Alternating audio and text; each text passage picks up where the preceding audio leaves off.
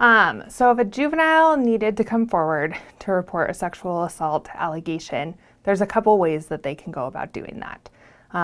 Juveniles can report to what we call a mandated reporter. That is anybody who has a legal obligation to report something like danger to self or others or assault allegations when it comes to sexual abuse of a minor.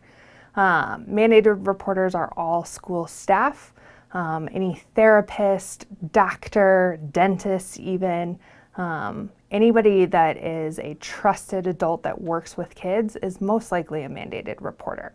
So many people choose to report to trusted school staff members, whether that's a teacher or their counselor or even the social worker at the school, or they can report to a therapist or a doctor.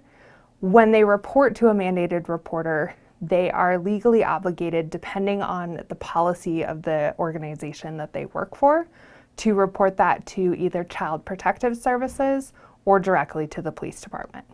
If their policy is to report it to Child Protective Services will report it to law enforcement, and we will go from there. They can also come directly to law enforcement if they want to make a report without talking to anybody else about it.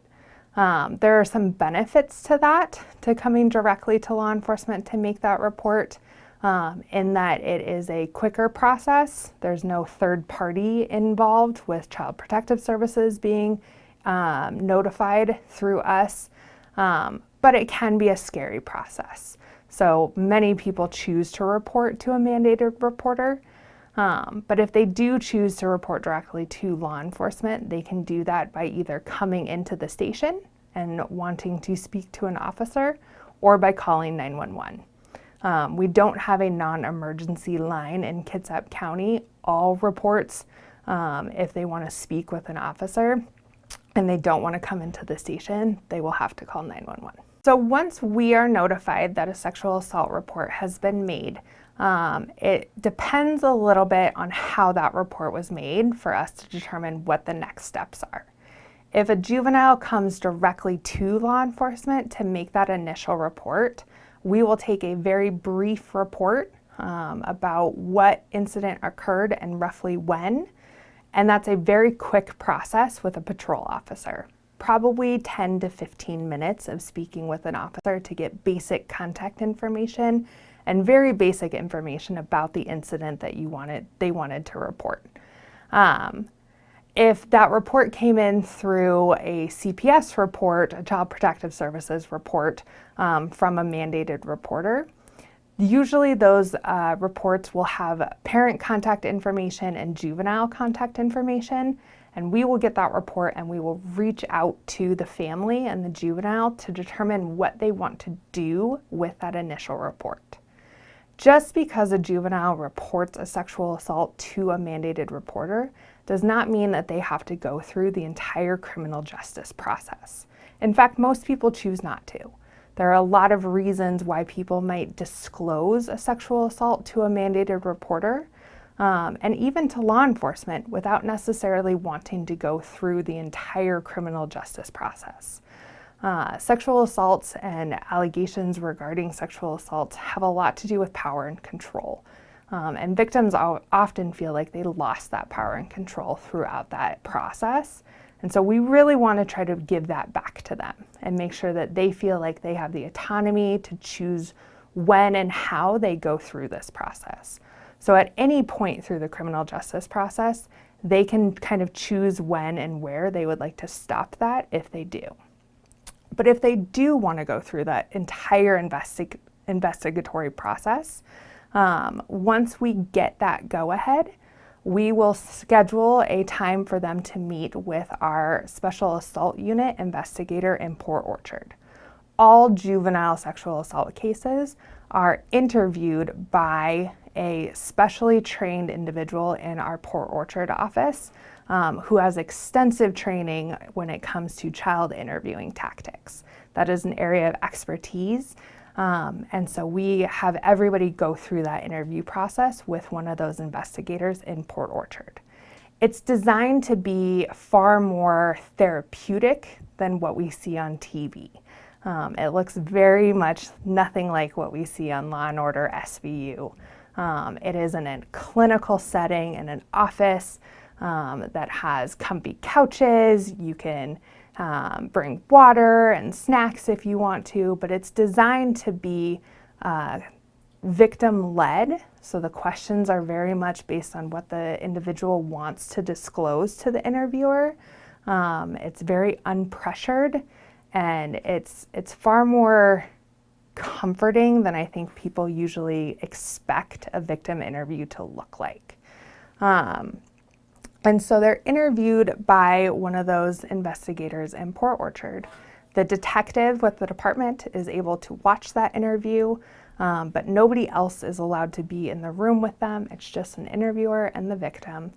And once that is completed, the detective will go through that interview, get information for any kind of collateral that they need to talk to get follow-up or supportive information, and then they'll really start their investigatory process. They will interview witnesses, try to collect any data that they might have access to through phones or social media accounts. They'll go through all the things, the standard things that a detective would work on. And lastly, they will try to interview the alleged perpetrator in that incident. That's always the last piece of an investigation. Detectives want to make sure that they have as much information as possible before they try to make contact with the individual that is the alleged perpetrator in that incident. And so once that is complete, we will contact the victim in that case to make sure that they really do want all of that to go off to the prosecutor. And then that case will be kind of fine-tuned and combined and sent off to the prosecutor's office. It is the prosecutor who has the ability to determine what charges to file against an individual, and whether or not to file charges against an individual.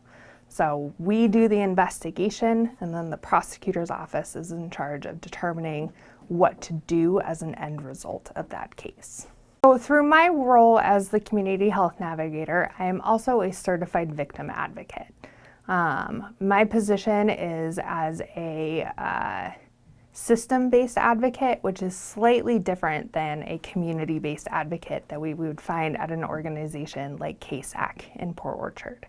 As a system-based advocate, I am considered to be part of the investigatory process, meaning that I have access to case information and have the ability to write supplemental reports to a case if I have information that would be pertinent to the investigation.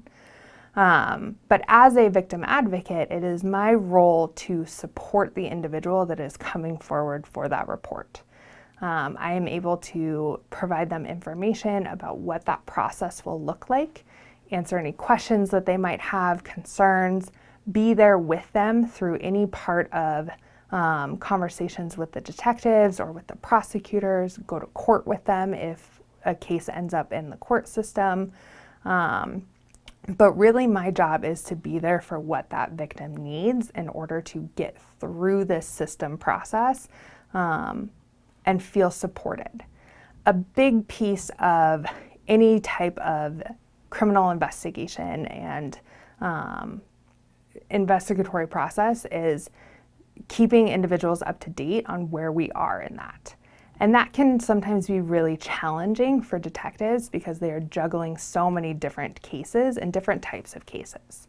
So for sexual assault cases, I take on that role of keeping victims informed of when we have, talked with different members of collaterals, whether that's other witnesses or friends and family, if those people need to be interviewed, help prepare them for when we are going to talk with the alleged perpetrator so that they're emotionally kind of prepped for the fact that that individual is now going to know that this report has been officially made.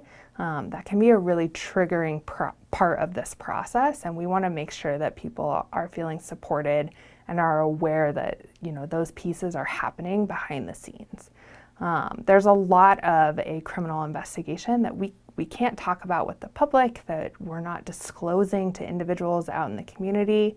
So it's really important that we have a one-on-one relationship and connection with the victim to make sure that they're feeling supported and heard through this. And that's really where my role comes into play. As a clinical social worker and as a victim advocate, I take on a lot of that communication piece so that it's being communicated in less criminal language. The criminal justice process language is not always the most easy to understand, so I play a little bit of translator in this role, but mostly just making sure that the victim has access to support services and has access to information.